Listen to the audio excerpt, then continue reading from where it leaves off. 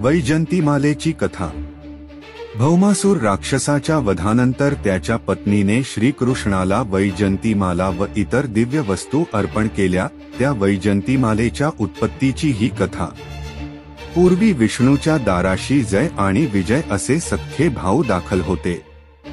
त्यांचा पिता सुशील हा नावाप्रमाणेच सदाचारी व विष्णुभक्त होता। रोज त्याच्या घरचा नैवेद्य विष्णुलोकी जात असे। जय व विजय यांच्या पत्नी उत्कृष्ट स्वयंपाक करून दोघींपैकी एक तो नैवेद्य सुशील जवळ आणून ठेवी। नैवेद्य समर्पण केल्यावर ते ताट आपोआप विष्णुलोकी जात असे।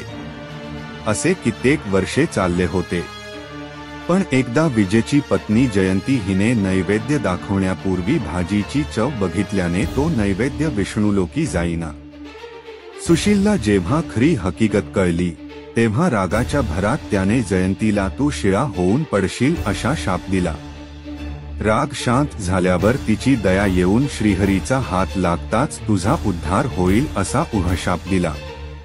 त्याप्रमाणे जयंती मेरू पर्वताच्या माथ्यावर सिद्धसरोवरात शिळा होऊन पडली। जयंतीच्या विरहाने वेडा होऊन विजयही त्या सरोवराकाठी सूर्याचे अनुष्ठान करीत बसला। एके दिवशी त्याच्या पुढे एक सुंदर असे कमलपुष्प येऊन पडले। ते दिव्य कमळ शेषांनी सूर्याला अर्पण केलेल्यांपैकी होते। त्याला पाहून विजयला जयंतीची जास्त तीव्रतेने आठवण होऊन त्याने ते कमळ त्या शिलारूपी जयंतीस वाहिले। याप्रमाणे सूर्याकडून मिळालेली 108 कमळे त्याने त्या शिळेवर वाहिली। त्या 108 सुवर्णकमळांची त्याने माला गुंफली।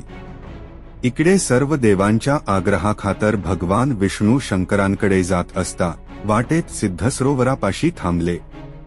ती सुवर्णकमळांची माला त्यांना फारच आवडली व त्यांनी ती शिळेवरून उचलली। माला उचलताना शिळेस हात लागून जयंती पूर्वरूपात आली। मग विजय व जयंती यांना आशीर्वाद देऊन त्या दोघांचे स्मृतिचिन्ह म्हणून विष्णूने ती माला गळ्यात धारण केली।